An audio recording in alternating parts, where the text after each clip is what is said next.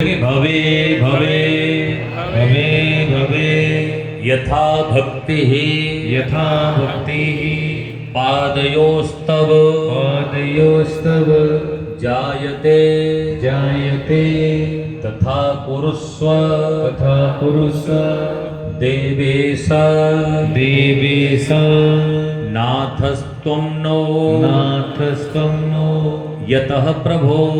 यतः प्रभो।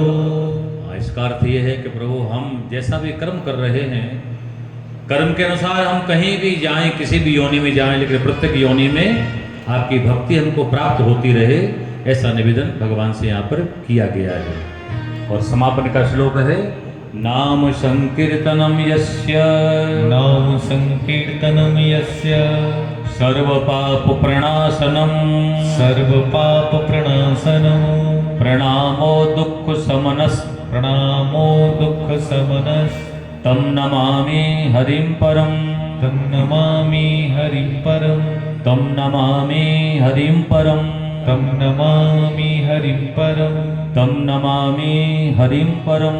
तम नमामि हरिं परम। इसका अर्थ है भगवान का नाम और भगवान का संकीर्तन सभी पापों को नष्ट करने वाला है। ऐसे जो परमात्मा हैं जिनको प्रणाम करने से सारे दुख नष्ट हो जाते हैं, ऐसे परमात्मा श्री हरि को हम बार बार प्रणाम करते हैं, बार बार प्रणाम करते हैं, बार बार प्रणाम करते हैं। इस प्रकार से ये भागवत कथा के 2 श्लोकों के पाठ से संपूर्ण कथा श्रवण का फल किसी भी श्रोता को प्राप्त होता है। हमारा और आपका बड़ा सौभाग्य यहाँ उपस्थित हुआ। गुप्ता परिवार के द्वारा ये जो भागवत कथा का आयोजन हुआ, इसमें हमने सबने मिलकर के भाग लिया है, तो ये हमारा बड़ा सौभाग्य है। पुरुषोत्तम मास में श्रीमद् भागवत की कथा श्रवण करने को मिल जाए तो यह बिना परमात्मा की कृपा के संभव नहीं हो सकता। ठाकुर की कृपा सब पर हुई है महाराज। हाँ, यहाँ बैठे उन्हीं पर नहीं। हाँ, ये साउंड सिस्टम की आवाज भी जहां तक जा रही है, इस कथा को और भी बहुत लोग सुनते हैं।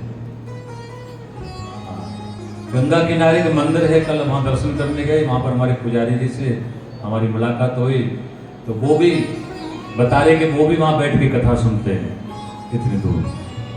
हाँ, तो जो जहां जहां तक कथा के शब्द जा रहे हैं, जहां तक कथा की ध्वनि जा रही है, जिसने भी कथा को श्रवण किया है, तो परमात्मा सभी के संकल्पों को परिपूर्ण करे।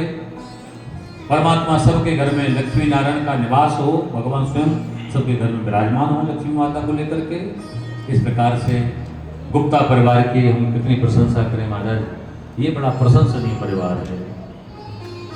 दिल्ली में प्रत्येक वर्ष कार्तिक पूर्णिमा से लेकर के 15-16 सालों से कथा प्रत्येक वर्ष इस परिवार के माध्यम से होती है, प्रत्येक वर्ष।